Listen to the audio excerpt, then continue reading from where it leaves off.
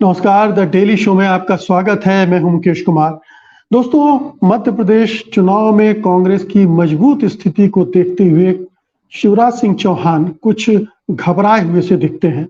उनकी ये घबराहट ठीक चुनाव के पहले मतदाताओं को लुभाने के लिए की जा रही नई-नई घोषणाओं में दिख रही है। शिवराज सिंह सबसे ज्यादा परेशान कांग्रेस की गारंटियों से हैं। कर्नाटक चुनाव जीतने में इन गारंटियों का विशेष योगदान था और उसी से सबक लेकर कांग्रेस ने मध्य प्रदेश में भी उन गारंटियों की घोषणा कर दी थी।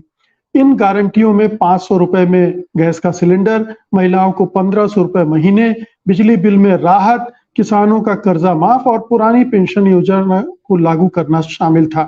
कांग्रेस नेता कमलनाथ ने बाद में 5 गारंटियों में 6 और जोड़ दी और 11 वचन देते हुए इन गारंटियों का विस्तार कर दिया था। अब कांग्रेस के 11 वचनों में पिछड़ों को 27% आरक्षण और जाति जनगणना भी शामिल हो चुके हैं। कर्नाटक के में हार के बाद से ही बीजेपी गारंटियों के नाम से बिदकती है। पहले उसने उन्हें रेवड़ियां बांटना कहा था, मगर फिर उसे लगा कि ये उल्टा पड़ सकता है, तो वो कांग्रेस की गारंटियों से होड़ लेने लगी। उसने कांग्रेस की महिलाओं को 1500 रुपए देने की गारंटी के जवाब में लाडली बहना योजना की राशि बढ़ा दी। इसके अलावा सावन के महीने में 450 रुपए का सिलेंडर देने और महिलाओं को 100 यूनिट बिजली मुफ्त देने की शुरुआत भी कर डाली। अब सवाल उठता है कि कांग्रेस जिन गारंटियों को जीत के लिए ब्रह्मास्त्र समझ रही थी, उसे क्या शिवराज सिंह छीन सकेंगे, छीन लेंगे? मतदाता कांग्रेस की गारंटियों पर ज्यादा भरोसा करेंगे या फिर शिवराज की चुनाव पूर्व की गई घोषणाओं पर? आज की चर्चा इसी सवालों पर केंद्रित है और इसमें हिस्सा लेने के लिए जो मेहमान मेरे साथ जुड़ चुके हैं, आपका पहले उनसे परिचय करा देते हैं। फिलहाल 4 मध्य प्रदेश के वरिष्ठ पत्रकार जो मध्य प्रदेश की नब्ज को बहुत करीबी से परखते रहे हैं साल दर साल, हमारे साथ हैं। हमारे साथ संजीव श्रीवास्तव हैं, डॉक्टर राकेश पाठक हैं, राजेश बादल हैं और डॉक्टर प्रकाश हिंदुस्तानी हैं। आप सबका बहुत बहुत कार्यक्रम में स्वागत है। सबसे पहले संजीव जी, आपकी टिप्पणी। हम देख रहे हैं कि पिछले 1.5-2 महीने में खास तौर पर शिवराज सिंह अब गारंटियों से होड़ लगाने लगे। पहले वो निश्चिंत से दिखते थे, वो गारंटियों से बच रहे थे और क्योंकि प्रधानमंत्री नरेंद्र मोदी ही 450 रुपए की कीमत जरा मुख्यमंत्री ने घोषित किया है जी। राकेश जी म्यूट कर लीजिए प्लीज जी। फिर उसके बाद होड़ में आ गई वो। ये होड़ किस तरह बढ़ रही है और क्या शिवराज सिंह चौहान इस होड़ में आगे भी निकल सकते हैं? नहीं, देखिए, ये तो चुनावी एक पूरी ट्रेंड है जिसमें कि हम मुफ्त के मार्फत कितना वोट परिवर्तित कर सकते हैं या पुनः हासिल कर सकते हैं या नया वोट ले सकते हैं। ये हर स्टेट में देश की राजनीति में होने लगा। भले ही बीजेपी बार बार ये आरोप लगाती रही हो पहले कि ये मुफ्त का वितरण उचित नहीं है, ठीक नहीं है और ये अलग तरह की चुनाव है, लेकिन अब हम ये देख रहे हैं कि पूरा का पूरा चुनाव इसी पर फोकस है। मध्य प्रदेश में तो शिवराज सिंह चौहान, उनकी सरकार बेतहाशा तरीके से घोषणाएं सतत कर रही है और खासकर खजाने का मुंह खोल सा दिया है। कोई ऐसा वर्ग नहीं है, कोई ऐसा क्षेत्र नहीं बचा है जहां पर वो इतनी घोषणाएं न कर रही हो। और जब यहाँ शुरुआत हुई थी जून महीने में, जब 12 जून को प्रियंका गांधी ने कांग्रेस के चुनावी जो अभियान है उसका जो आगाज किया था जबलपुर, उन्होंने 5 गारंटी मध्य प्रदेश में दी थी और लाडली बहना योजना की घोषणा उसके पहले शिवराज या बीजेपी की सरकार कर चुकी थी। उन्होंने 1000 रुपए महीना देने का ऐलान किया था कि लाडली बहनों को हम 1000 रुपए देंगे। तो इसके तुरंत बाद पहले कमलनाथ, कांग्रेस मध्य प्रदेश की, उन्होंने कहा था कि नहीं, हम 1500 देंगे। उन्होंने भी अपने फॉर्म भरवाना शुरू कर दिए थे। 12 जून को जब प्रियंका आई तो उन्होंने 5 गारंटियां जो दी थी, वो 1500 रुपए महिला वर्ग को देने की बात हुई थी कि उनको दिया जाएगा, महिला वर्ग को दिया जाएगा। 500 रुपए का गैस सिलेंडर था जो कर्नाटक में खूब जमकर कांग्रेस के लिए चल गया था कार्ड। फिर यहाँ जो पिछली जो सरकार जब 2018 में सरकार बनाने में कामयाब हुई थी, जब राहुल गांधी ने जो अनाउंसमेंट किया था कि 10 दिन में हम किसानों के कर्जे माफ करेंगे, तो उसको आगे बढ़ाया था। फिर साथ में जो 2 और नई जो घोषणाएं थी प्रियंका गांधी की, 2 गारंटियां थी 3 के बाद में, वो थी 100 यूनिट बिजली मुफ्त और 200 यूनिट हाफ बिल होंगे।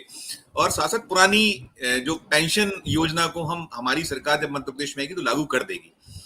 तो ये घोषणाएं कहीं ना कहीं बीजेपी को खली थी, सरकार को कठिनाई पैदा करने वाली लगने लगी थी। लगा था कि अब शायद कांग्रेस आगे निकल गई।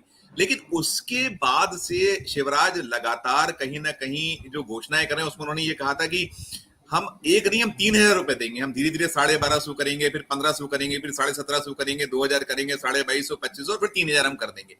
जी। तो ये एक बड़ा 1,25,00,000 महिला हैं मध्य प्रदेश में जिनको अभी ये लाडली बहना योजना का लाभ मिला है। अब कल जब रक्षाबंधन था और रक्षाबंधन अभी है और रक्षाबंधन के ठीक पहले भोपाल में लाडली बहना का सम्मेलन एक आयोजित किया गया था, उसमें उन्होंने कल से ही 1250 रुपए खाते में पहुंचाने की शुरुआत कर दी। तो ये दिखता है कि कांग्रेस का जो 1500 का कार्ड था उसको पूरी तरह से सिरे से कहीं मतदाताओं के बीच में से खत्म करने का प्रयास शिवराज या उनकी सरकार कर रही है। तो उन्होंने 1250 कल से पहुंचाना शुरू कर दिए हैं। कल एक उन्होंने 450 रुपए में सिलेंडर देने की घोषणा की। हालांकि अभी साफ नहीं हो पाया मुकेश जी, क्योंकि उन्होंने कहा सावन के महीने में देंगे, सावन अब 2 दिन बाद खत्म होने वाला है। तो वो उसको लेकर कहीं ना कहीं अभी बीजेपी टारगेट पर है, प्रतिपक्ष कांग्रेस और महिलाएं भी इस चिंता में कि 2 दिन में कैसे कहां से मिलेगा। आज तो कुछ मीम्स भी चले कि वो लेने जा रहे हैं, उनको गैस एजेंसियां भगा रही कि वो तो 1100 में ही मिलेगा।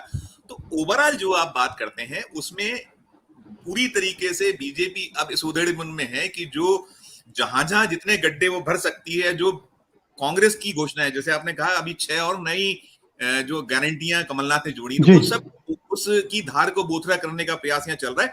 अभी एक चीज और हुई है कि आज यहाँ मध्य प्रदेश में सुबह जो यहाँ मध्य प्रदेश के चुनाव अभियान प्रभारी उनकी प्रेस कॉन्फ्रेंस नरेंद्र सिंह तोमर की, तो उन्होंने 5 यात्राओं का अनाउंसमेंट किया है कि हम 5 आशीर्वाद यात्राएं निकालेंगे और 10,000 किलोमीटर नापने वाली, 210 विधानसभा को छूने वाली। चलिए, ये तो दूसरा, ये तो चुनाव अभियान का दूसरा हिस्सा है। ये तो चुनाव अभियान का दूसरा हिस्सा है। लेकिन मुख्य रूप से जो आज हम चर्चा करना चाहते हैं, डॉक्टर राकेश, आपसे मैं और थोड़ा से इस चीज को आगे ले जाना चाहता हूं कि अगर हम सिर्फ पहले अभी इस पर बात करें कि महिला वोटर को लुभाना एक बड़ा मकसद था शिवराज सिंह चौहान और बीजेपी का, और उसके लिए लाडली बहना योजना चुनाव के ठीक पहले ही आई। एक तरह से कहा जाए तो उसे फिर मुकाबले में, कांग्रेस के मुकाबले में उसकी राशि बढ़ाने का सिलसिला शुरू किया गया। क्या आपको लगता है कि 1250 रुपए चले गए हैं महिलाओं के अकाउंट में, इसका एक बड़ा असर पड़ेगा? जो गारंटी जिसको कांग्रेस समझ रही थी कि ब्रह्मास्त्र की तरह है, इसका असर तो कर्नाटक में जो दिखा वो यहाँ पर रिपीट कर सकती है। वो अब उसको भोथरा कर पाई है बीजेपी इस हथकंडे से? देखिए, भोथरा अभी कर पाई है कि नहीं ये नहीं कह पाऊंगा मैं, लेकिन एक बात जोड़ना चाहता हूं जो संजीव जी ने कहा कि 450 रुपए के गैस सिलेंडर को लेकर मीम्स बने हैं। संजीव जी, पिछोर में, शिवपुरी जिले के पिछोर में बाकायदा गैस सिलेंडर रखकर प्रदर्शन हुआ है। उसका वीडियो है, तस्वीरें हैं, महिलाओं की प्रतिक्रिया है। क्योंकि गैस एजेंसी के मालिक का कहना था कि हमारे पास तो ऐसा कोई आदेश है नहीं। तो वो महिला का वीडियो चल रहा है, वो कह रही है झूठे वादे करते हैं शिवराज भैया।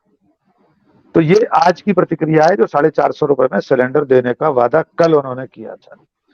अब जो लाडली बहनों के खाते में 1250 रुपए देने की बात है और वे शुरू दिन से, पहले दिन से कह रहे हैं कि मैं इसे 3000 तक ले जाऊंगा। निश्चित तौर पर हमारे देश की जो जनता है, मतदाता है, वे सब लोग ऐसे लोक लुभावन वादों और नारों में आ जाते हैं, उसके प्रभाव में आ जाते हैं। लेकिन इसकी पहल कर्नाटक से कांग्रेस कर चुकी है पहले, और वहां अमल भी शुरू हो चुका है। शिवराज सिंह चौहान ऐन चुनाव के मौके पर कर रहे हैं। सवाल यह भी पूछा जा रहा है कि लगभग 20 साल में से 18 साल, 20 साल में से लगभग 18 साल आप मुख्यमंत्री रहे, तब लाडली बहनों की चिंता क्यों नहीं की गई? लेकिन मैं ऐसा मानता हूं कि 1-8% इसका प्रभाव जरूर सकारात्मक होगा बीजेपी के पक्ष में, क्योंकि जब घर में पैसा आता है व्यक्तियों के, किसी के भी घर में, तो उससे फर्क तो पड़ता है। लेकिन असली सवाल यह है कि लाडली बहनों की चिंता करने वाले भैया, उन बहनों के जो पति हैं, सवाल ये पूछा जा रहा है जीजाओं की चिंता कौन करेगा? उस परिवार का जो मुखिया है, जो उनके बेटे हैं या भाई हैं, उनके हिस्से तो अभी कुछ आता हुआ दिखाई नहीं दे रहा। एक और बात, आमतौर पर ऐसे चुनाव के मौके पर जहां लगातार 4 बार से कोई व्यक्ति मुख्यमंत्री है, बीच के 15 महीने छोड़ दिए जाएं, तो सत्ता विरोधी रुझान जो बनता है उसके चलते मतदाता कई महीने पहले मानस बना लेता है बदलाव का, जैसा कि कर्नाटक में हमने देखा। हम सब लोग कर्नाटक में देख रहे थे कि प्री पोल सर्वे, ओपिनियन पोल, वो सब वहां की भारतीय जनता पार्टी सरकार के खिलाफ जा रहे थे। लगभग यही ट्रेंड मध्य प्रदेश में देखने को मिल रहा है। चाहे बीजेपी का अपना सर्वे हो, चैनल्स के सर्वे हो, संघ का सर्वे हो, जो भी अखबारों में छपते हैं, वेबसाइट और न्यूज पोर्टल्स पे आते हैं, वे सब बीजेपी के खिलाफ जाते हुए दिखाई दे रहे हैं। एक और प्रमाण होता है, संकेत होता है, वो होता है एन चुनाव के वक्त में होने वाला दल बदल। जो कर्नाटक में धारा बही थी बीजेपी से कांग्रेस की ओर, लगभग वैसी ही धारा, वैसी ही हवा मध्य प्रदेश में चल रही है। हर दिन, हफ्ते में 3 या 4 दिन ऐसे बड़े नाम सामने आते हैं जो बीजेपी छोड़कर कांग्रेस में जा रहे हैं। मैं अभी से ये कह देना चाहता हूं कि कांग्रेस से भी दल बदल होगा। आप इस भ्रम में हम और आपको नहीं रहना चाहिए कि जैसे ही टिकटों की घोषणा होगी तो कांग्रेस के नेता या कार्यकर्ता या विधायक इतने निष्ठावान हो गए हैं, इतने विचारवान हो गए कि वे दल बदल नहीं करेंगे। निश्चित तौर पर कुछ प्रतिशत ऐसा होगा जो कांग्रेस से बीजेपी की तरफ जाएगा, लेकिन बहुसंख्यक दल बदल बीजेपी से कांग्रेस की तरफ जा रहा है। इन सब परिस्थितियों को काउंटर करने के लिए, इसे डाइल्यूट करने के लिए, आपके शब्दों में इसे भोथरा करने के लिए ये लोक लुभावन वादे, आश्वासन शिवराज सिंह चौहान दे रहे हैं। लेकिन सचमुच में इनका कितना असर होगा ये चुनाव में मालूम होगा। मैं ऐसा मानता हूं कि बहुत ज्यादा असर अब नहीं होगा, देर हो चुकी है। जी डॉक्टर मुकेश जी जी, हमारे साथ वरिष्ठ पत्रकार संजीव आचार्य भी जुड़ गए हैं, उनका भी स्वागत है प्रोग्राम में। बादल जी, चुनाव के ऐन वक्त की जाने वाली इन घोषणाओं का कितना असर पड़ सकता है, कितना इसको विश्वसनीय माना जाएगा, और खास तौर पर यह देखते हुए कि प्रधानमंत्री नरेंद्र मोदी से लेकर तमाम बीजेपी के नेता इस तरह की जो लोक लुभावन घोषणाएं होती हैं उनको रेवड़ियां घोषित कर चुके हैं। तो एक तो ये है कि बीजेपी और बीजेपी हाईकमान इन सब की इस तरह की चीजों के बारे में कोई भरोसा नहीं है, विश्वास नहीं है, आस्था नहीं है। वो इन्हें लोक लुभावन या रेवड़ियां कह के ही पुकारते हैं। तो इसकी विश्वसनीयता कितनी होगी कि अभी जो कहा जा रहा है चुनाव के बाद ये कंटिन्यू भी रहेगा अगर शिवराज मामा जीतते हैं तो? धन्यवाद मुकेश जी। देखिए, जब हम और आप बात कर रहे हैं कि चुनावी वादे हैं, तो इतिहास ये बताता है, मध्य प्रदेश का ही नहीं पूरे देश के सारे राज्यों में चुनावी वादे जो होते हैं वो 90% पूरे नहीं होते। रिपोर्ट आ चुकी है इसकी, तो अधिकृत एक रिपोर्ट आई है, मतलब एक प्रामाणिक रिपोर्ट है इस मामले में, कि 90% वादों की कोई भरपाई नहीं होती, ना बाद में पूरे किए जाते हैं। और अगर वादों पर भरोसा करते लोग, मतदाता यकीन करते, तो आप देखिए 8-9 साल में भारतीय जनता पार्टी ने 15 राज्य गंवाए हैं। 15 राज्यों में सरकार उसकी बनी हुई होती अगर उसके वादों पर यकीन होता। आप राज्य जानते हैं, राज्यों को गिनाने की आवश्यकता नहीं है। तो पहली बात तो यह है कि गाल बजाना एक अलग बात होती है, काम करना एक दूसरी बात होती है।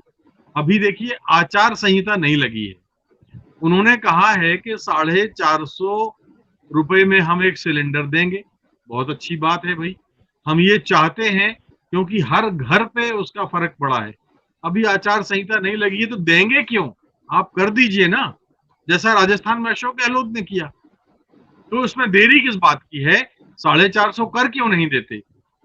अगर वो 2014 के स्तर पर ही वो गैस की कीमतें ले आए, 2014 के स्तर पर ही डीजल और पेट्रोल की कीमतें ले आए, तो बहुत बड़ी राहत हो जाएगी।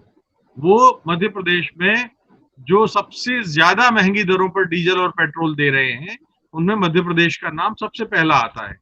तो अभी तो आचार, मैं वही रिपीट कर रहा हूं कि आचार संहिता नहीं लगी है। आप कर दीजिए 74, 75, 60 रुपए, 65 रुपए, आप सब्सिडी भी दीजिए और टैक्स भी कम कीजिए, लेकिन नहीं करेंगे। क्यों?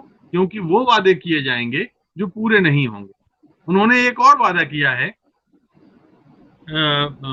लाडली बहना योजना में 3000 रुपए देंगे। पहले 1000 रुपए, फिर 1500, अब 3000 कर दिया। अरे वही बात मैं रिपीट करना चाहता हूँ कि 3,000 कब करेंगे? कर दीजिए ना। एक गरीब महिला को, उनकी अपनी प्यारी बहन को अगर कुछ तो राहत मिलेगी। मान लीजिए कि उसके 3,000 रुपए में एक महीने का किराना आ जाता है, एक गैस का सिलेंडर आ जाता है, महीने भर की सब्जी आ जाती है, तो ये बहुत बड़ी रकम है। लेकिन वो करेंगे नहीं, इसलिए वो चुनावी वादे हम बात कर रहे हैं। आप दूसरी तरफ हम बात करते हैं कमलनाथ की बात। ये सही है कि अब इन दोनों वादों को अंताक्षरी चल रही है दोनों की, एक से बढ़कर एक वादे किए जा रहे हैं। लेकिन जब ये बात होगी कि आखिर वादा पूरा करने में है कौन, कौन आगे है? एक सरकार वो है जो 20 साल से है, कुछ समय के लिए एक जुगनू की तरह चमकी कमलनाथ की सरकार है, और जो बमुश्किल साल सवा साल जितना भी चली है उसमें उनका दावा है, और जो मेरी जानकारी है 27 लाख किसानों का कर्ज माफ हुआ था, कर चुके थे कमलनाथ। तो एक तरफ तो वो है कि जो सरकार को बहुत कम काम करने का अवसर मिला और उसमें 27 लाख किसानों का कर्ज माफ हो गया, और दूसरी तरफ वो सरकार है जो करीब करीब 19 साल से काम कर रही है और वो माफ नहीं कर रही है। तो इसका मतलब क्या है? वो हर बार चुनाव के लिए क्यों रह जाते हैं? एक उदाहरण मैं और देता हूं। करीब शिवराज सिंह सरकार ने 2.5 लाख करोड़ के आसपास का कुल कर्जा लिया है, और कर्ज लेके घी पीने वाली कहावत वो चरितार्थ कर रहे हैं। तो आपके अभी आर्थिक हालत ऐसी है नहीं। कमलनाथ जब आए थे सत्ता में तो उन्होंने एक प्रेस कॉन्फ्रेंस की थी और बातचीत भी की थी कि मैं देना तो सब कुछ चाहता हूं मगर दूं कहां से? शिवराज सरकार खजाना खाली करके गई है, और अभी भी हम ये देख रहे हैं कि हर महीने शिवराज सरकार 4,000 करोड़ के आसपास कर्ज लेती है। अब अगर कर्ज लेके आप लेते हैं तो ये इस तरह मतलब ये है कि गरीब जनता की गाढ़ी कमाई का जो पैसा है उसका आप जी। दुरुपयोग कर रहे हैं, और ये दुरुपयोग जो है ये लोगों के गले नहीं उतर रहा है। अगर वो ये करते, ये मैं एक और वादा की बात करता हूँ, कर दें तो ज्यादा बेहतर होता है। पिछले साल उन्होंने वादा किया था कि मेरा ख्याल है 23 अगस्त तक, आप लोग करेक्ट करेंगे संजीव जी, 23 अगस्त 2023 तक 1 लाख लोगों को रोजगार देंगे। जरा इसका आंकड़ा पता कर लीजिए, कितने लोगों को आंकड़ा मिला है? अगस्त तो अब खत्म होने को आया। तो एक उन्होंने और अभी कल कुछ दिन पहले बात कही थी कि जिस 20 घरों की बस्ती में जहां होगी उस गांव में वहां बिजली मुफ्त कर देंगे। अब हमें तो ये जानकारी थी कि घर घर बिजली पहुंचा दी गई है। ये बात तो हमने यही सुना था, प्रधानमंत्री जी तक ने इस बात को कहा कि देश में घर घर बिजली पहुंच चुकी है। तो फिर ये कौन से बस्ती निकल आती हैं जहां बिजली नहीं होती? ये कौन से गांव निकल आते हैं जहां कब अनंत काल तक बिजली देने का वादा किया जाता रहेगा? ये जो चीजें हैं ये ऐसी बातें हैं जो शिवराज सिंह सरकार को लेके लोगों के मन में आशंका पैदा करती हैं कि ये केवल चुनावी वादे हैं और इन पर वादों पर अमल होगा या नहीं होगा। और फिर मैं अंत में यही अपनी बात कहूंगा कि ये वादे कभी पूरे नहीं होते, 90% वादे हवा में उड़ जाते हैं। आप चाहे कोई भी रिकॉर्ड उठा के देख लें। जी जी, लेकिन प्रकाश जी, ये जो 5 गारंटियां कर्नाटक में कांग्रेस ने दी थी चुनाव के दौरान, उनको सत्ता में आते ही लागू भी कर दिया। तो कांग्रेस तो यही सीना ठोक कर कह रही है कि हमने कर्नाटक में लागू कर दिया है और हम यहां भी लागू करेंगे। तो कांग्रेस के वादे में संदेह की गुंजाइश कितनी है, और बीजेपी के वादे में संदेह की गुंजाइश कितनी है? क्योंकि वो आम तो मोटे तौर पर 20 साल से सत्ता में ऑलरेडी है वहां पर, और उसने ये किया नहीं है और आप कह रही है करने के लिए। मुकेश जी, संजीव जी और राकेश जी और राजेश बादल जी के कहने के बाद बहुत बातें बची नहीं है कहने के लिए, लेकिन एक बात जरूर कहना चाहूंगा। जो बातें शिवराज सिंह चौहान कह रहे हैं उस पर कैसे और कितना अमल कर रहे हैं, ये बहुत देखने वाली बात है। उन्होंने करीब 2 महीने पहले घोषणा कर दी थी कि मैं इस लाडली बहना योजना की मदद को 3,000 रुपए तक कर दूंगा। उन्होंने बड़े स्टाइल में कहा, जो उनका अंदाज है कि पहले 1250 करूंगा, फिर 1500 करूंगा, फिर 1750 करूंगा, फिर 2000 करूंगा, फिर और पैसे आएंगे तो 2500 करूंगा, फिर 2500 करूंगा, फिर 3500 करूंगा, फिर जैसे कि लंबा खींच के उन्होंने कहा कि हमारे पास अभी पैसे नहीं, मतलब स्पष्ट है कि उन्होंने कहा पैसे नहीं है। दूसरी बात ये देखिए, मध्य प्रदेश सरकार के 12 विभागों का कामकाज ठप पड़ा है, क्योंकि वो सारा पैसा या तो प्रचार में खर्च हो रहा है सरकार के, या इवेंट में खर्च हो रहा है, और उसका कुछ पैसा लाडली बहना योजना में। अभी एक रिपोर्ट मैंने पढ़ी, किसी ने जानकारी दी कि जितना पैसा लाडली बहना योजना में बहनों को दिया जा रहा है, उससे कहीं ज्यादा पैसा उसके प्रचार में और इवेंट में खर्च किया जा रहा है। और अभी फिर उनकी बातें सुनी, उन्होंने कहा कि 450 रुपए में सावन के महीने में गैस सिलेंडर दूंगा, मतलब मैं नहीं देने वाला हूं, क्योंकि कांग्रेस ने 500 कहा तो मैं 450 में दूंगा प्रचार के लिए। फिर उन्होंने कहा कि अक्टूबर महीने में, उन्होंने क्या किया, 1000 रुपए पिछले महीने अगस्त में दिए थे और 250 रुपए राखी के बहाने अभी दे दिए, और कहा सितंबर में अब 1000 ही दूंगा। ये नहीं कहा कि नहीं दूंगा, उन्होंने कहा अक्टूबर में मैं आपको 1250 दूंगा, और जैसे पैसे आएंगे तब उसको 3000 तक बढ़ाऊंगा, मतलब नहीं दूंगा। मध्य प्रदेश की जिन 12 विभागों की योजनाएं ठप पड़ी है, उनमें एक है स्वास्थ्य की योजना।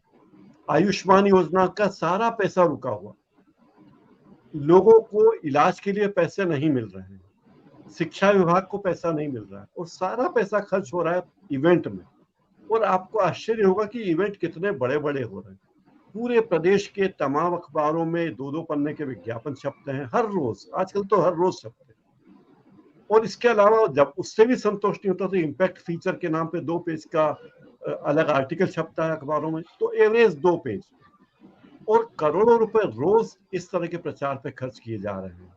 और अभी 3 तारीख को अमित शाह फिर आ रहे हैं मध्य प्रदेश, तो अमित शाह आते हैं तो सरकार के खजाने पे ऐसा खर्च पड़ता है कि सुरक्षा व्यवस्था तो होती है, तमाम विभागों को, कर्मचारियों को कहा जाता है कि भाई आपको अपना काम धंधा छोड़ के अमित शाह के कार्यक्रम में आना है, अगर पब्लिक फंक्शन है तो पूरे प्रदेश की व्यवस्था चौपट हो जाती है। जिस शहर में वो जाते हैं वहां पे त्राहिमाम मच जाता है, ये सब बात। लेकिन आप उनकी चतुराई देखिए, उन्होंने कहा कि साहब हम अगर पैसे आए तो, और अक्टूबर में वो उन्होंने कहा हम 1250 देंगे। अभी मध्य प्रदेश पर 2,75,000 करोड़ के बराबर कर्जा है। जब बीजेपी 2003 में सत्ता में आई थी तब 20,000 करोड़ का कर्ज था। अभी 20,000 करोड़ रुपए हर साल मध्य प्रदेश की सरकार ब्याज के दे रही, आप अंदाज लगा सकते हैं। और ये सब चीजें होने के बाद अब लोगों को समझ में आ रहा है कि ये कहते कुछ है। अच्छा, एक और बात आपने देखी, कल राखी महोत्सव मना, तो जिस तरह फैशन शो होते हैं, रैंप बनता है, ऐसे हमारे आजकल मुख्यमंत्री जी स्टेज पे नहीं जाते, वो रैंप पे जाते हैं। इधर भी महिलाएं, इधर भी महिलाएं, इधर भी पब्लिक, इधर भी पब्लिक, पूरा बीच में से माइक लेके मतलब क्या कहना चाहिए, वॉक करते हुए जाते हैं। और जब उन्होंने कहा रैंप वॉक करते, कैट वॉक, हाँ, जब उन्होंने कहा कैट वॉक करते कैट वॉक करते हुए जाते, तो जब उन्होंने कहा बहनों खुश हो कि नहीं, तो किसी ने ताली नहीं बजाई। उन्होंने फिर कहा अरे खुश हो तो तालियां बजाइए, फिर कुछ लोगों ने तालियां बजाई। मतलब लोगों का रिस्पांस कुछ भी नहीं है। केवल एक वर्ग विशेष जो बीजेपी की महिला कार्यकर्ताओं को बुलाया जाता है पैसे देकर, और आंगनवाड़ी के कार्यकर्ताओं को जिन्हें खाना और तनख्वाह टीए दिया जाता होगा, शायद पता नहीं देते हैं, वो आते हैं। जनता का इन्वॉल्वमेंट होना चाहिए, वो नहीं है, ये बात समझने वाली। एक और बात है कि कोई भी सरकार आ जाए, ये अलग विषयांतर हो जाएगा आप कहेंगे, लेकिन इसे जारी रखना बहुत मुश्किल है। मध्य प्रदेश दिवालिया हो रहा है, सरकार के पास पैसे नहीं है, और शिवराज सिंह चौहान भी ये बात जानते हैं। और आज एक बड़ी जबरदस्त बात हुई है, जो मतलब शिवराज की सरकार, एक्चुअली सरकार चलाने वाले 4-5 IAS अधिकारी, उसमें से एक मुख्य सचिव स्तर के अधिकारी जिनके खिलाफ नेशनल ग्रीन ट्रिब्यूनल के जस्टिस ने फैसला सुना दिया था, तो उनको 1.5 महीने में हटा दिया गया। जस्टिस को चीफ सेक्रेटरी, जो जस्टिस चीफ सेक्रेटरी को हटाते थे उसको हटा दिया गया, क्योंकि ये अधिकारी लोग ही सरकार चला रहे हैं। शिवराज सिंह चौहान सरकार नहीं चला रहे हैं, बीजेपी सरकार नहीं चला रही है। ये भी मेरा कमेंट को नोट किया जाए। मुकेश जी। संजीव जी, जब कांग्रेस चुनाव मैदान में उतरी थी ये गारंटी की घोषणा करने के वक्त, उसके पहले तक कांग्रेस को ये लगा था कि हालात तो उसके अनुकूल हैं, क्योंकि शिवराज सिंह चौहान के प्रति एक एंटी इनकम्बेंसी फैक्टर काम कर रहा था, असंतोष दिख रहा था, नाराजगी दिख रही थी, जनता में भी दिख रही थी, और उसे लगा था कि ये 5 गारंटी और आ गई हैं, ये ब्रह्मास्त्र का काम करेगी। अब इसका कोई तोड़ बीजेपी के पास, अमित शाह के पास, शिवराज सिंह के चौहान के पास नहीं है। क्या ये जो दांव चले जा रहे हैं शिवराज सिंह चौहान के तरफ से, वो किसी हद तक इसकी धार को कुंद कर रहे हैं?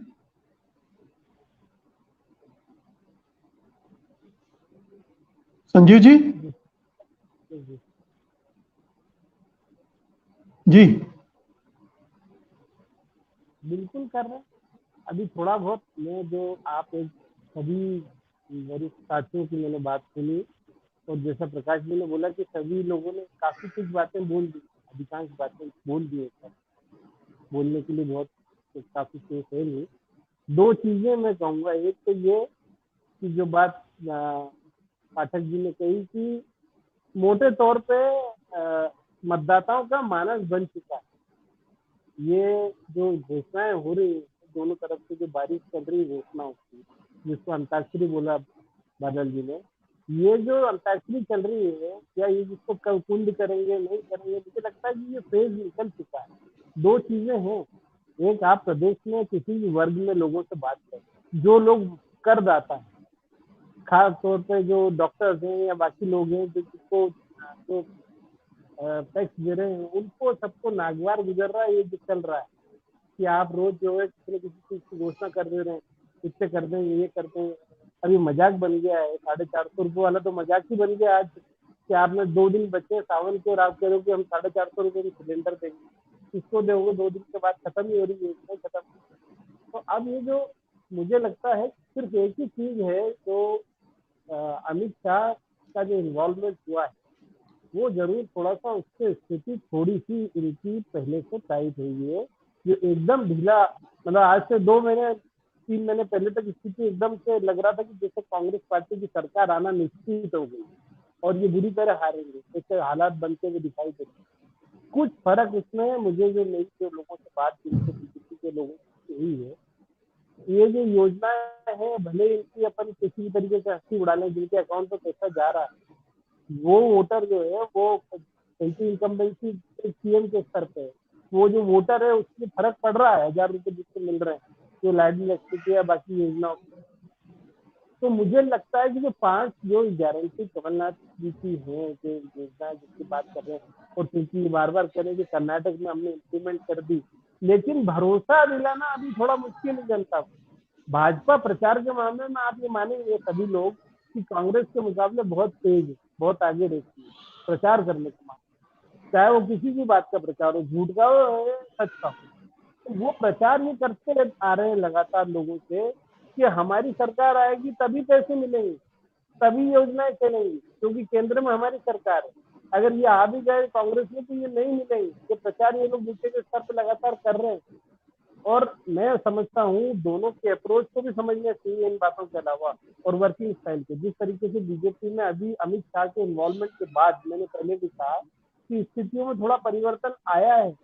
ऐसा नहीं है कि बिल्कुल ही जो स्थिति पहले एक तरफा लग रही थी कि एंटी इनकम्बेंसी है, शिवराज के लोग चेहरे को पसंद नहीं कर रहे हैं, और अब ये घोषणाएं करने से तो फायदा नहीं, लोग समझ रहे हैं कि सब चुनाव के लिए कर रहे हैं घोषणाएं, लेकिन ऐसा नहीं है, कुछ हद तक इसका प्रभाव पड़ रहा है। क्योंकि जो एक बात मुझे कल एक बीजेपी के नेता ने कही, वो मुझे काफी अपीलिंग लगी कि भले ऊपर एंटी इनकम्बेंसी है, भाजपा में सर फटावल चल रही है, लेकिन बोले हमारा वोटर एकजुट है। ये बात कुछ हद तक सही भी है। नीचे के स्तर पे जो वोटर है वो उससे बहुत फर्क नहीं पड़ रहा है, ये जो ऊपर चल रहा है कहीं पे भी, जो इसकी आपसी गुटबाजी भी चल रही है और बाकी चीजें चल रही है। लेकिन ये जरूर है कि ये भरोसा दिलाने में अगर कांग्रेस कामयाब हो जाती है तो परिवर्तन की परिस्थितियां बन गई। ये भले ही कितनी भी घोषणा कर लें, जो बात मैं पहले भी पाठक जी ने कही, मैं उसको वापस रिपीट कर रहा हूँ कि मानस लोगों का बन चुका है प्रदेश, ये बिल्कुल स्पष्ट दिखाई दे रहा है। पहली बार वोटर मुखर है, कभी भी इतने 35 साल की पत्रकारिता में मैंने भी देखा, कभी इतना वोटर मुखर होकर नहीं बोलता कि परिवर्तन हो रहा है। अभी इस बार लोग बोल रहे हैं काफी। तो ये योजनाएं घोषणा करने से मुझे लगता है बहुत फर्क पड़ेगा नहीं। हाँ, ये जो पैसे वाली बात, जहां तक लोगों के अकाउंट में पैसा जा रहा है, उसका फर्क जरूर पड़ रहा है। ये भले कांग्रेस इस बात को माने या न माने, क्योंकि अभी भी दोनों की वर्किंग स्टाइल और अप्रोच दोनों में अंतर है। आप ये देखो कि पूरी तरीके से स्टेट बीजेपी के हाथ से निकल चुका है चुनाव की रणनीति का काम। अमित शाह डायरेक्ट अपने हाथ से ले चुके हैं। उन्होंने अमित शेषों को और भूपेंद्र सिंह को लगा के अपने स्तर पर काम कर रहे हैं सारा। ये जरूर एक अच्छा काम हुआ है जो अभी प्रकाश जी ने बोला, ये जो चीफ सेक्रेटरी के ऊपर रणनीतिक हमला कांग्रेस ने किया है, ये जरूर थोड़ा सा कांग्रेस पक्ष में जाएगा, क्योंकि ये बहुत अच्छी रणनीति के तहत हुआ है। क्योंकि ये सारी प्रशासनिक मशीनरी के माध्यम से आने वाले समय में ये योजनाओं के क्रियान्वयन से लेकर और वोट डालने तक की प्रक्रिया तक चीफ सेक्रेटरी का योगदान कैसा रहता है वो हम सब जानते हैं, अधिकारियों को किस तरीके से। तो ये जो अभी कांग्रेस ने इस मौके पर चीफ सेक्रेटरी के ऊपर सीधा जो हमला बोला है, वो मुझे लगता है काफी हद तक इनको गड़बड़ा दे, क्योंकि ये अभी इस समय क्रियान्वयन और अधिकारियों से अपने ढंग से मशीनरी को अपने पक्ष में काम करने के लिए कहना, वो स्टेज पे चल रही है पार्टी।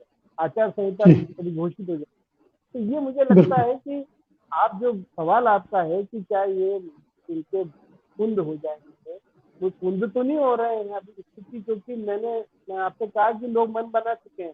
भरोसा कायम करवाना इनको पड़ेगा कि हाँ, ये पैसा कांग्रेस के समय में भी मिलेगा, जो ये बार बार बीजेपी के लोग प्रचार कर रहे हैं कि नहीं मिलेगा, और हम जो दे रहे हैं वही पैसा मिलेगा, जो बड़ा बड़ा खरोच यहाँ पे हो रही है। जी बिल्कुल।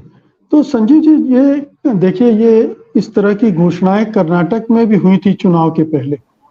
उस समय भी जो एंटी इनकम्बेंसी हो उसको लाभार्थी योजना के जरिए साधने की कोशिश हुई थी, लेकिन सधी नहीं, जो कि संजीव जी भी कह रहे हैं और बहुत सारे दूसरे उन्होंने भी कहा कि एक बार मन बना लिया मतदाता ने, और मन वो एक घोषणा से बदलता भी नहीं है कि आपको 1000 के बजाय 1250 मिलने लगे हैं तो आपका मन बदल गया। इससे इतना आजकल 250 रुपए 1000 रुपए का कितना क्या महत्व है, ये चर्चाओं में लगता है, लेकिन इसका असर कितना होता है। तो क्या आपको लगता है कि मतदाताओं का मन फेरने में किसी हद तक अमित शाह की स्ट्रेटजी काम कर रही है या नहीं कर पा रही? नहीं, देखिए इसमें जो बीजेपी जी, संजीव जी से, सॉरी, दूसरे संजीव जी से दो संजीव हैं आज जी। देखिए, जो बीजेपी यही स्थापित करने या प्रचारित करने में जुटी हुई है, जो अभी संजीव आचार्य जी कह रहे थे कि हम दे रहे हैं, ये देने वाले हैं, और ये भी फैक्ट है कि वो बार बार इसकी भी बात कर रहे हैं कि कांग्रेस दे पाएगी, ये संभव नहीं होगा, डबल इंजन की सरकार है। तो कांग्रेस को निश्चित तौर पर ये भरोसा दिलाना ही होगा वोटरों को। और साथ साथ ही देखिए, अभी 2-2.5-3 महीने बचे हुए हैं। बीजेपी की जो शैली है वो जुदा शैली है, वो अलग तरीके से पूरा का पूरा अपने आप को प्ले करती है। ये भरोसा दिलाना कितना मुश्किल है कांग्रेस के लिए? अगर कांग्रेस ने कर्नाटक में इन गारंटियों को लागू कर दिया है, अगर गहलोत राजस्थान में इनको ऑलरेडी देने लगे हैं, या छत्तीसगढ़ में भी काफी चीजें ऑलरेडी इम्प्लीमेंट हो गई हैं, तो क्या कांग्रेस के पास पर्याप्त प्रमाण नहीं है, सबूत नहीं है कि वो लागू करेगी, लागू कर रही है? जी देखिए बिल्कुल आप ठीक कह रहे हैं, लेकिन ये कर्नाटक और मध्य प्रदेश थोड़ा सा फर्क ये है कि कमलनाथ यहाँ थे, 15 महीने की सरकार उन्होंने चलाई थी, और उस समय जितना जो अनाउंसमेंट्स थे वो उतने समय में जो 10 दिनों की जो घोषणा राहुल गांधी की थी वो कहीं उस तरीके से नहीं कर पाई। तो उन्होंने सोचा था कि पूरा 5 साल का हमारे पास वक्त है, हम करते रहेंगे। जो एक सामान्य सी प्रक्रिया होती है सरकार में, जब आ जाते हैं तो लगता है कि अब हमारे पास पूरी की पूरी सत्ता है, हम करेंगे। तो वो जो 15 महीने का जो दौर था, वो 15 महीने के दौर को मध्य प्रदेश के वोटर भूले नहीं है। बेशक बेइंतहा एंटी इनकम्बेंसी, बीजेपी की मौजूदा सरकार के खिलाफ नाराजगी, केंद्र की सरकार की जो छवि थोड़ी सी या जो उनकी जो चमक थी थोड़ी सी जो कम हुई है, वो कहीं ना कहीं लोगों में दिख रही है, वो मान के चल रहे हैं। तो जो मन बदलने का मन बनाया हुआ था, लेकिन मुकेश जी ये फैक्ट है कि 2 महीने या 1.5 महीने पहले जो हालात थे उसमें और आज के हालात में अंतर दिखता है। पहले हम बिल्कुल ये मानकर चलते थे कि अब ये बीजेपी की सरकार समाप्त प्राय है, अब शायद इसकी वापसी संभव नहीं होगी। लेकिन जो प्रयत्न, जो प्रयास उनकी ओर से हो रहे हैं, वो लगातार पूरी की पूरी केंद्र की जो उनके जो प्रमुख लोग हैं, चाहे वो प्रधानमंत्री खुद हों, अमित शाह खुद हों, उतरे हुए हैं। यहाँ जो नाराज भाजपा थी उसको भी कहीं ना कहीं अब वो नाराज भाजपा के लोग भी मैदान में दिखने लगे। कई लोग ऐसे हैं जो मानकर चल रहे थे कि ये अब अलग दल में किसी और ठीए को तलाश लेंगे, टिकट नहीं मिलने के बावजूद वो भी मैदान में है। अभी बहुत सारे ऐसे उदाहरण सामने आ रहे हैं। तो मुकाबला थोड़ा सा फर्क पड़ता है, जो पहले था वो अभी हालात नहीं है। बेशक अभी भी कांग्रेस बहुत आगे दिख रही है कि नाराजगी है वो, ये इन सब जो रेवड़ियों से शायद दूर नहीं हो पाएंगी। लेकिन सवाल बार बार वही है कि जब ये आएंगे सत्ता में, अभी बहुत दूर है सत्ता, बहुत लिटमस टेस्ट होने हैं, वो जब काउंटिंग के बटन्स दबेंगे तब पता चलेगा कि जो 116 का मैजिक फिगर है आपको 230 में, वो चाहिए ही चाहिए, कितना मिलता है, क्या मिलता है। लेकिन इन सब के बीच में कैसे सब चीजें हो पाएंगी? कांग्रेस की घोषणाएं भी छोटी घोषणाएं नहीं है। आप अभी जो राजेश बादल जी ने कहा कि 27 लाख किसानों को कर्जा माफ किया था, खजाने की हालत बेंधा खराब है। अभी बहुत चिंतित होंगे आप जब जो भी सत्ता में, चाहे बीजेपी लौटे या कांग्रेस आ जाए, दोनों के ही लिए बहुत मुश्किल भरे दौर होने वाले हैं दिसंबर के बाद। जब जनवरी जो नया फाइनेंशियल आएगा, हमें तो ये दिखता है, देखते हैं, पाते हैं जिस तरीके के हालात हैं, कई राज्यों में तनख्वाह बांटने के लाले पड़े हैं जब जहां कांग्रेस आ गई और डबल इंजन नहीं है। तो भले ही जो भी सूरत बने, जो स्थितियां बने, उसके बीजेपी की कठिनाइयां बहुत बड़ी, बहुत ज्यादा पैदा होने वाली है। देखिए वो तो फ्यूचर की बात है। संजीव जी, ये तो चुनाव बाद की बात है। अभी तो मुद्दा चुनाव जीतने का है, ठीक है ना? चुनाव जीतने के में ये दांव कैसे काम करेंगी, सवाल इसका है। डॉक्टर राकेश पाठक, ये मैं समझना चाहता हूं कि आखिरकार अमित शाह का इतना जलवा, इतना आतंक क्यों है, या इतना भ्रम वो कैसे पैदा कर देते हैं कि वो आ गए मैदान में, यानी हालात बदल गए, वो सक्रिय हो गए हैं तो चीजें बदलने लगी। ये ऐसा क्यों है? क्या इतना वो सच में? जी प्लीज। जी मुकेश जी, आप अमित शाह की बात कर रहे हैं, मैं तो युगावतार नरेंद्र मोदी जी की बात करना चाहता हूँ। ये भ्रम बनाया हुआ किसका है? मुख्य धारा के मीडिया का बनाया हुआ भ्रम है। अभी आदरणीय बादल जी ने कहा कि पिछले 31 चुनाव में से 15 चुनाव बीजेपी, नहीं, उस भ्रम में हम आप भी फंस जाते हैं ना। मैं इसकी बात कर रहा हूँ। बिल्कुल मैं मान रहा हूँ आपकी बात को, मैं उसी पर आना चाहता हूँ। आमतौर पर मैं नहीं फंसता ऐसे भ्रम में, हम में से बहुत सारे लोग, हम सब 7 लोग जो मौजूद हैं, हम नहीं फंसते हैं। देखिए, पिछले 31 चुनाव में से 15 चुनाव भारतीय जनता पार्टी इन्हीं नरेंद्र मोदी, इन्हीं आधुनिक चाणक्य, तथा कथित चाणक्य अमित शाह के नेतृत्व में हारी है। इन्हीं नरेंद्र मोदी, इन्हीं अमित शाह के सारे क्रियाकर्मों के बावजूद कर्नाटक और हिमाचल प्रदेश में हारी है। इन्हीं नरेंद्र मोदी, इन्हीं अमित शाह के नेतृत्व में भारतीय जनता पार्टी 2018 में मध्य प्रदेश, छत्तीसगढ़, राजस्थान में हारी है। तो ऐसा क्या है जो लोग ऐसा मान लेते हैं कि अपराजय हैं? ये लोग ऐसा कैसे मान लेते हैं कि अमित शाह ने मध्य प्रदेश की कमान संभाल ली है तो अब बीजेपी जीत जाएगी? 2018 में भी तो संभाले हुए थे साहब। इसी भोपाल में जम्बूरी मैदान में 5 लाख 7 लाख लोगों की सभा संजीव श्रीवास्तव जी तस्दीक करेंगे, नरेंद्र मोदी जी की हुई थी ना चुनाव से pहले। अब 10 लाख लोगों की होने वाली है जन आशीर्वाद यात्रा में। उसके बावजूद भारतीय जनता पार्टी चुनाव हारी थी। उसके बावजूद चुनाव हारी थी कि तब भी ऐसी लोक लुभावन घोषणाएं शिवराज सिंह चौहान कर रहे थे। तो एक तो इस भ्रम को टूटने की जरूरत है। हमारा कोई लेना देना नहीं किसी पार्टी से, कौन हारे कौन जीते, लेकिन हम आंकड़ों और परिणामों के आधार पर आपके दर्शकों को, सत्य हिंदी के दर्शकों को ये सत्य बताना चाहते हैं कि नरेंद्र मोदी और अमित शाह अपराजय नहीं है। ये मोहल्ला सुधार समिति से लेकर संयुक्त राष्ट्र संघ के महासचिव का चुनाव तक हार चुके हैं और कोई भी इन्हें हरा सकता है। इनमें कुछ भी ऐसा सुरखाव के पर नहीं लगे कि इन्हें चुनाव नहीं हराया जा सकता। हर पार्टी को चुनाव जीतने के लिए सभी प्रयास करना चाहिए, करने होते। लेकिन मध्य प्रदेश में ये जो अभी मतलब 2-3 पत्रकारों ने कहा कि अब हालात बदलने लगे, ये हालात कैसे बदलने लगे? मैं आपको बता, बिल्कुल घोषणाओं ने बदल दिया या चाणक्य ने कुछ ऐसा कमाल कर दिया है कि हालात पिछले 1 महीने में बदल गए? मैं उसी बात पर रहना चाहता हूँ। राजनीति परसेप्शन का खेल है मुकेश जी। ये हालात बदलने की बात कौन लोग कर रहे हैं? आमतौर पर हम सब पत्रकार भी उन्हीं लोगों की बातों को सुनकर आगे तक पहुंचाते हैं। आप किसी भारतीय जनता पार्टी के कार्यकर्ता से बात करेंगे या उससे जुड़े हुए किसी संगठन से बात करेंगे, वो कहेगा अब फर्क पड़ गया मुख्यमंत्री की इन घोषणाओं से और अमित शाह के आने से। अमित शाह को कमान संभाले हुए 1.5 महीने से ऊपर अब हो गया। वे लगातार यात्राएं भोपाल, इंदौर, ग्वालियर की कर रहे। मॉनिटर के रूप में उन्होंने भूपेंद्र यादव और अश्विनी वैष्णव को जिम्मेदारी दे दी है। नरेंद्र सिंह तोमर चुनाव अभियान समिति के संयोजक बना दिए गए। आज प्रेस कॉन्फ्रेंस हो गई भोपाल में।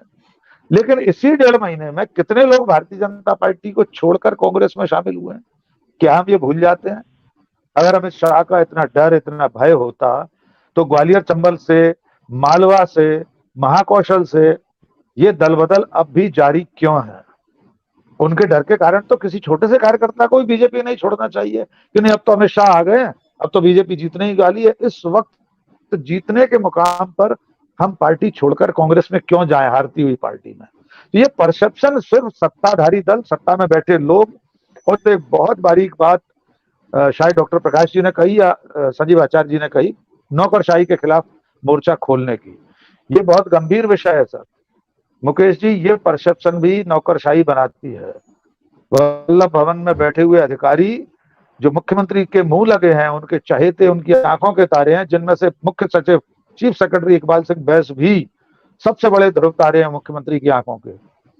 ये लोग बैठकर ये परसेप्शन बनाते हैं कि सर जब से ये योजनाएं आपने लागू की हैं तब से परसेप्शन बदल गया है, लोगों का मानस बदल गया है। हम नहीं जानते बदला है कि नहीं बदला, लेकिन ये भी सिर्फ परसेप्शन बनाने की कोशिश है।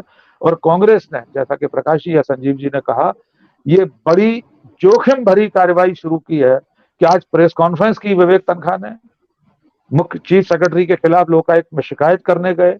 2 दिन पहले उन्होंने जनसंपर्क आयुक्त मनीष सिंह का नाम लेकर ट्वीट किया विवेक तनखा ने। उन्होंने लिखा कि धन्यवाद सीपीआर मनीष सिंह, आपने पूरी कोशिश की खबर रुकवाने की, लेकिन आप भूल गए कि ये डिजिटल मीडिया का दौर है, आप खबर रुकवा नहीं पाए। ऐसा भी मध्य प्रदेश की राजनीति में पहली बार हो रहा है कि प्रमुख विपक्षी दल कांग्रेस पूरी की पूरी नौकरशाही से आमने सामने की लड़ाई के लिए मैदान में उतर आया है। क्योंकि ये भी स्पष्ट है कि मध्य प्रदेश उन विरले राज्यों में से है जहां पर एसपी और कलेक्टर संघ की शाखाओं में सुबह जाकर नमस्ते सदा वत्सले मातृभूमि कर रहे हैं, जहां पर आधिकारिक बैठकों में राजनीतिक कार्यक्रमों के लिए भीड़ जुटाने की बात कलेक्टर और एसपी करते हैं। ऐसा अन्य राज्यों में कम देखने में मिलता है। क्योंकि 20 साल से बीजेपी की सरकार है, अपवाद स्वरूप कुछ महीने छोड़ दें तो पूरी नौकरशाही में से बहुत बड़ा हिस्सा भारतीय जनता पार्टी का आनुषंगिक संगठन बन चुका है। मुख्यमंत्री शिवराज सिंह चौहान और बीजेपी की गोद में बैठा हुआ है, इसलिए उसे भी चेतावनी देने का काम कांग्रेस ने किया है। ये जोखिम भरा काम है, क्योंकि देखिए मतदान के दिन तक तो यही एसपी कलेक्टर रहने वाले हैं, यही चीफ सेक्रेटरी रहने वाले हैं। ये मतदान को कैसे प्रभावित कर सकते हैं हम सब जानते हैं। एक कलेक्टर कहते हैं कि संजय मिश्रा सतना में, काहे को परेशान हो रहे हो, ये सरकार 25 साल रहने वाली है, कहीं नहीं जाने वाली। शासकीय कार्यक्रम में कलेक्टर सत्ताधारी दल को 25 साल तक सत्ता में बने रहने की गारंटी नागरिकों को दे रहा है और कोई कार्रवाई ये तो नौकरशाह तो चापलूसी में काफी आगे निकल चुके हैं। इसलिए कांग्रेस ने ये जो पहल की है, इसके भी दोनों तरफ के खतरे हैं। हो सकता है इसके सकारात्मक परिणाम भी आए कि जो नौकरशाही आज ये सोच रही है कि शिवराज सिंह ही लौटने वाले हैं, तो उसके मन में ये भी आएगा कि अगर नहीं लौटे तो कमलनाथ, दिग्विजय सिंह, विवेक तनखा जैसे लोग आसानी से नौकरी नहीं करने देंगे। वो सूची बन गई है कमलनाथ के दफ्तर में बैठकर। जी मुकेश। बादल जी, हमने उत्तर प्रदेश के चुनाव में देखा कि लाभार्थी कैसे एक बड़ा फैक्टर बन गया और बीजेपी को बचाने में कामयाब हो गया। यानी इतनी हवा बनी थी और किसान आंदोलन का भी इतना जोर था, अखिलेश का भी इतना एक तूफान खड़ा हो गया था, लेकिन ये लाभार्थी काफी योगी को और बीजेपी को, क्या ये लाभार्थी फैक्टर मध्य प्रदेश में भी इतना कारगर और प्रभावी साबित होने वाला है कि ये कांग्रेस और बीजेपी दोनों की होड़ इसीलिए इस पर ज्यादा है। वो इस पर इतना जोर इसीलिए दे रहे हैं कि ठीक है, लोगों में नाराजगी है, लेकिन ये फैक्टर अगर नहीं संभाला तो बाजी हाथ से निकल जाए। देखिए मुकेश जी, जो लाभार्थी वाली जो बात आपने कही है, उसमें आपको समझना होगा कि उत्तर प्रदेश और मध्य प्रदेश में एक चरित्रगत अंतर है। उत्तर प्रदेश के मुख्यमंत्री योगी हैं और योगी अपने मिजाज को लेके जाने जाते हैं, वैसा मिजाज शिवराज सिंह चौहान का नहीं है। तो योगी ने जो मुफ्त लाभार्थी से मतलब मुफ्त राशन जो दिया है वो वाकई पहुंचा था, हम लोगों ने देखा था उत्तर प्रदेश के दौरे में। लेकिन अब यहाँ अगर हम बात करते हैं तो सिर्फ आप ये एक आंकड़ा मैं आपको बताता हूँ कि बहुत शोर हो रहा है लाडली बहना योजना का, ये ट्रम्प कार्ड साबित होगा। और अभी संजीव भाई ने बताया कि 1.25 करोड़ महिलाओं को करीब करीब ये लाडली बहना योजना के 1200, 1000, 1500, 1200 जो भी रुपए मिल रहे हैं वो मिल रहे हैं। लेकिन मध्य प्रदेश में कुल महिला मतदाता 2,60,23,733 हैं और उनमें से 1,30,00,000 को लाडली बहना का लाभ नहीं मिल रहा है। तो आपको अगर ये सोचना है कि लाडली बहना का लाभ मिल रहा है तो फिर 1,30,00,000 महिलाएं जो जिनको नहीं मिल रहा है उसका क्या होगा, आप बताइए ना, उनका नुकसान भी तो होगा। एक बात।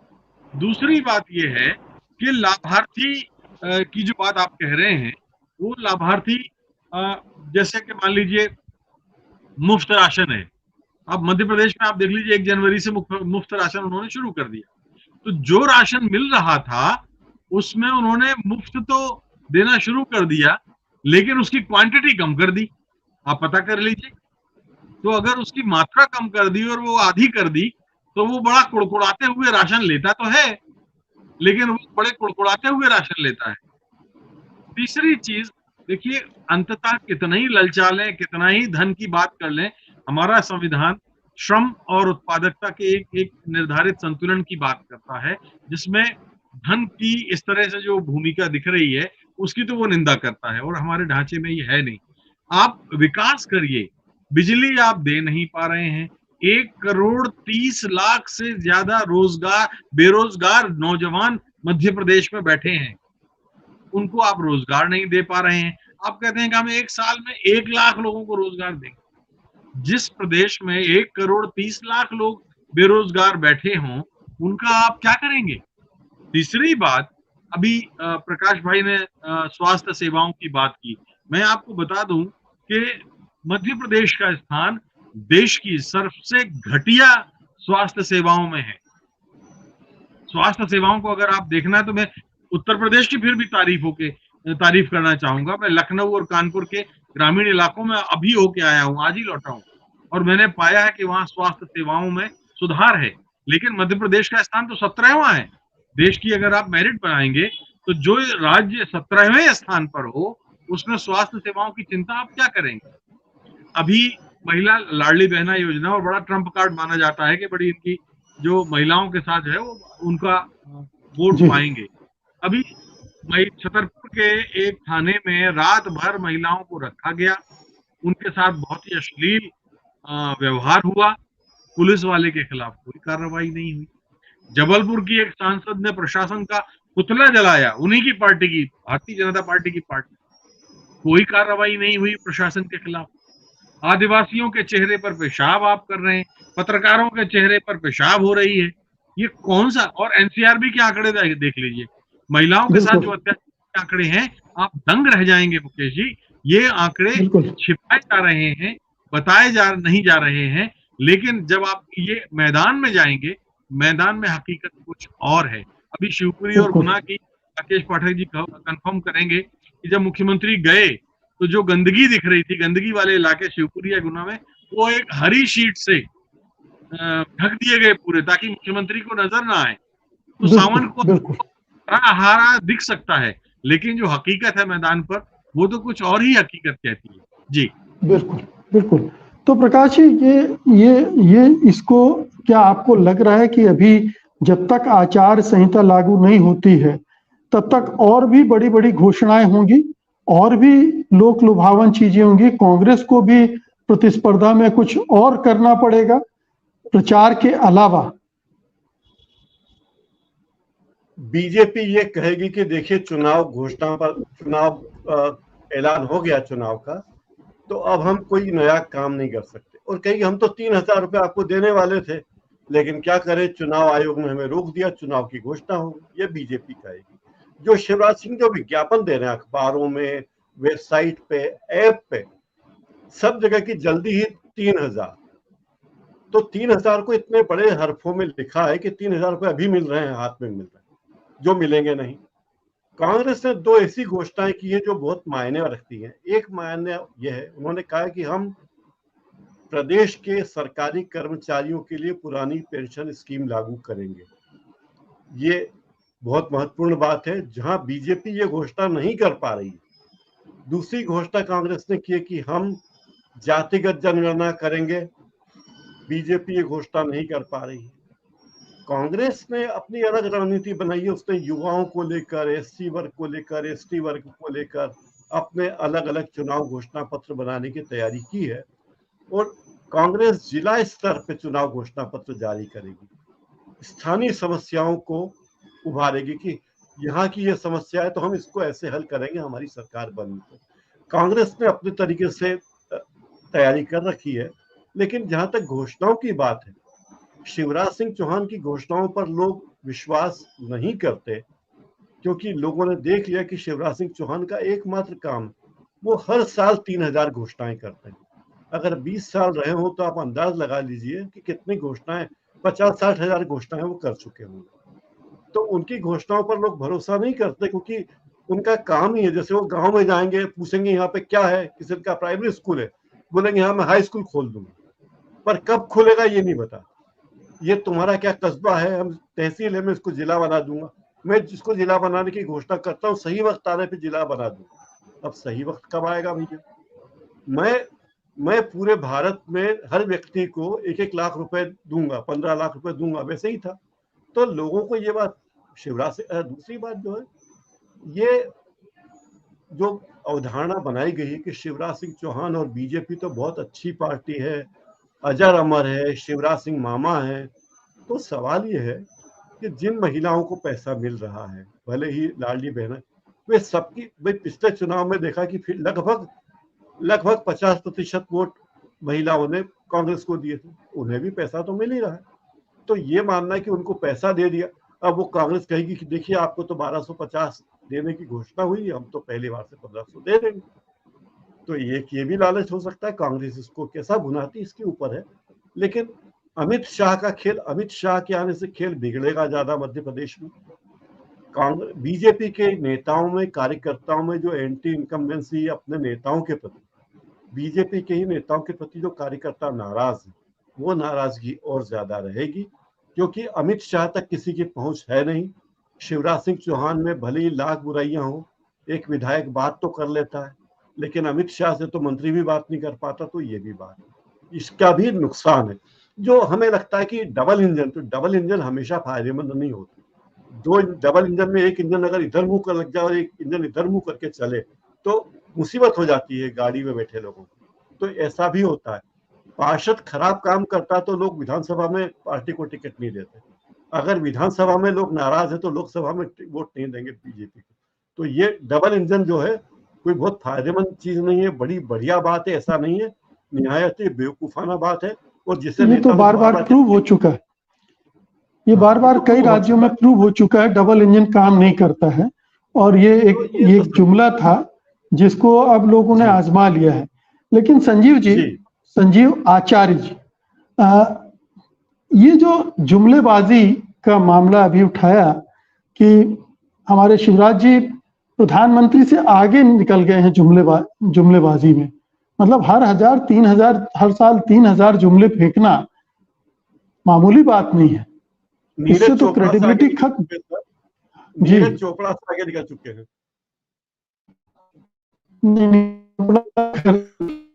दूसरी तरह वो जुमला नहीं है, वो तो जेन्युइन है।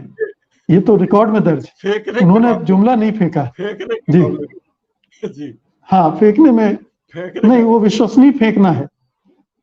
जी संजीव जी, ये जुमलेबाजी जो है ये कितनी उल्टी पड़ेगी? अनम्यूट कर लीजिए।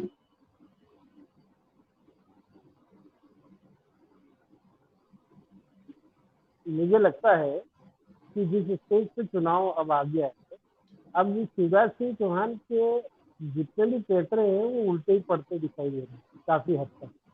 क्योंकि दो चीजें हैं, एक तो जैसा अभी बोला उनकी सास क्योंकि घोषणावीर वो इतने उससे मजाक और इतना मतलब इस बारे में आप किसी भी आम आदमी से बात कर लीजिए, किसी भी वर्ग के व्यक्ति से बात कर लीजिए, वो शिवराज सिंह चौहान की इस बारे में मजाक उड़ाता हुआ आपको कोई भी मिल जाएगा कि हर चीज पे घोषणा कर दे।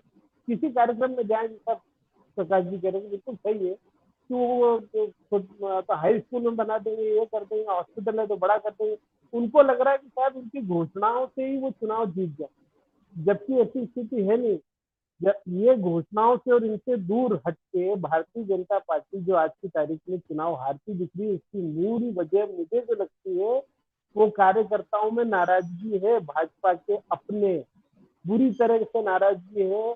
टोटल पावर को सेंट्रलाइज करके अपने पास रखा है इन्होंने, किसी को बांटा नहीं, कोई पद नहीं बांटा, कुछ नहीं किया और लगातार ये चलता रहा है। तो ये शिवराज सिंह चौहान के प्रति भाजपा के कार्यकर्ताओं में, उनके अपने नेताओं में जो नाराजगी है वो एक बहुत बड़ा कारण है। ये घोषणाएं तो ठीक है, मतदाताओं को निभाने की कोशिश से ये कर रहे हैं, इसमें कितने सक्सेस होंगे वो मुश्किल है, क्योंकि आधे लोगों ने फिर भी कांग्रेस को वोट दिया ही था महिलाओं ने। इस स्थिति में ये जो जुमलेबाजी शिवराज कर रहे हैं, मुझे लगता है इससे उनको नुकसान ही होगा, क्योंकि उनकी साख दिन प्रतिदिन गिर रही है इस जुमलेबाजी। आम आदमी मजाक बनाने लग गया। बीजेपी के अपने लोग, मैं तमाम बीजेपी के नेताओं से मिलता हूँ जो खुद हंसी उड़ाते हैं, वो कहते हैं अरे यार क्या हो गया मामा को, रोज सुबह से शाम तक घोषणा ही कर रहे हैं और कोई काम ही नहीं कर रहे। आप ये बताइए कि कितनी ऐसी घोषणाएं हैं जो पूरी नहीं हुई। इन्होंने लगातार इतनी सारी घोषणाएं करते हैं जिससे आधी से ज्यादा हुई ही नहीं, उनको कोई काम नहीं हुआ। और ये जो लाडली लक्ष्मी में इन्होंने पैसा सब डाइवर्ट कर लिया। अभी कैबिनेट की मीटिंग थी जो उसमें ग्रामीण विकास मंत्री है इंडिया गुट के, उन्होंने खड़े होकर कहा कि शिवराज जी सब विभागों का पैसा लाडली लक्ष्मी में ले जाओगे तो हम क्या बांटेंगे, अभी ग्रामीण विकास से क्या बांटेंगे। ऐसे दूसरे विभागों का भी हाल हो रहा है, स्वास्थ्य का हो रहा है, जो प्रकाश जी कह रहे थे। तो ये घोषणाओं से बहुत फायदा, अभी जुमलों से कुछ होने वाला नहीं। भाजपा चुनाव अगर हार रही है जैसा कि लग रहा है, उसके दो बहुत प्रमुख कारण है। एक, भाजपा के अपने कार्यकर्ता और उसके अपने नेता बहुत नाराज है और अब वो स्टेज निकल गई जहां उनकी पार्टी मना सकती थी, क्योंकि जैसा इन्होंने बहुत अच्छी बात बोली कि अमित शाह से तो ये बात भी नहीं कर सकता कोई नेता, उनकी शिकायत क्या करेगा, वो दुखड़ा क्या रोएगा, वो किसी की सुन थोड़ी रहे, वो फैसले थोपते हैं। वहां पे कोई किसी की सुनता है बात? वहां तो सिर्फ फैसले सुनाए जाते हैं, तो सुनाए जा रहे हैं। 39 लोगों की जो सूची इन्होंने घोषित कर दी। आप ये देखिए, एक छोटा सा एग्जाम्पल दो, इंदौर शहर मध्य प्रदेश का सबसे महत्वपूर्ण शहर, यहाँ भाजपा का कार्यकर्ता नाराज है लगातार। उसकी वजह है आपने यहाँ पर 10 साल तक एक ही व्यक्ति को विकास प्राधिकरण के चेहरे में आया, उसी व्यक्ति को आपने लोकसभा का टिकट दे दिया। किसी नगर निगम, आप समझते हैं मुकेश जी, वहां पे एल्डरमैन नियुक्त होते हैं और वहां पे एल्डरमैनों की नियुक्ति नहीं है अभी तक। ये छोटी छोटी चीजें काउंट हो रही है। पिछली बार विधायकों को इन्होंने अपने पक्ष में करने के लिए कह दिया कि आप जिनको बोलोगे उनको पार्षद के टिकट देंगे। ये बहुत बड़ा कारण बनने जा रहा है भाजपा की हार का, आप देखना, क्योंकि इन्होंने विधायकों के कहने पर पार्षदों को टिकट दिए हैं और विधायकों ने जानबूझ के उन पार्षदों के टिकट कटवा दिए जो विधानसभा के संभावित उम्मीदवार हो सकते थे, जो सशक्त थे उनके इलाकों में। और ऐसा बहुत सारी जगह पे हो रहा है। और अब जो सबसे महत्वपूर्ण बात है कि लोग खुल के बोल रहे हैं, बीजेपी में इतना विरोध पहली बार आप देख रहे होंगे कि जिनके टिकट कट रहे हैं या जो टिकट के दावेदार हैं वो खुलेआम मैदान में आकर के पार्टी के नेताओं के सामने बयानबाजी जी कर रहे हैं, नारेबाजी खुल के। बिल्कुल। और अभी तो सबसे प्रमुख नेता मोगे जी, कृष्ण मुरारी मोगे, जो संगठन मंत्री रहे, प्रदेश के बड़े नेता संघ के लिहाज से भाजपा के माने जाते हैं, कल उन्होंने इंदौर में अपनी ही पार्टी और अपने ही नेता का, शिवराज सिंह चौहान का सिर्फ उन्होंने नाम नहीं लिया, लेकिन उन्होंने खुल के कहा कि उन्होंने मुझे खंडवा में लोकसभा का चुनाव हरवा दिया, और उन्होंने कहा कि जो नीतियां और ये घोषणाएं हो रही है इससे नहीं लगता कि पार्टी को कोई फायदा होने वाला है। जी। तो ये संघ के नेता जो कि जहाँ पे अनुशासन माना जाता है कि वो अमूमन मुंह खोलते नहीं है, वो बोल रहे हैं। और ये लोग, ये तो ठीक है ऑन रिकॉर्ड नहीं बोल रहे हैं, ऑफ रिकॉर्ड बात करिए भाजपा के नेताओं से, सब बोल रहे हैं इससे अच्छा चुनाव हार जाए कि चलती तो हमारी है नहीं सरकार की चलती, तब भी एक तरफा पॉलिसी होते रहे। बिल्कुल बिल्कुल संजीव जी समझिए, समय खत्म हो गया जी, बिल्कुल समय खत्म हो गया, लेकिन इसको इस तरह से कंक्लूड किया जा सकता है कि शिवराज सिंह जी की नाकामियों का घड़ा इतना भर गया है कि अब उसमें ये जो मुलम्मा लगाने की कोशिश की जा रही है उससे कोई बहुत फर्क नहीं पड़ने वाला है। लोग मन बना चुके हैं, और जो लोग मन बना चुके हैं उनमें से अगर 1% इधर उधर होते भी हैं तो चुनाव नतीजे कम से कम बहुत ज्यादा प्रभावित होने वाले नहीं हैं। अलबत्ता कांग्रेस के लिए अभी चुनौती सामने है। अगर उसने इस पूरे अभियान का, इस पूरे प्रचार का काउंटर नहीं किया तो हो सकता है कि वो जो उम्मीद लगाए बैठी है उस हिसाब से परिणाम ना भी आए। बहुत बहुत शुक्रिया आप सबका, धन्यवाद, नमस्कार।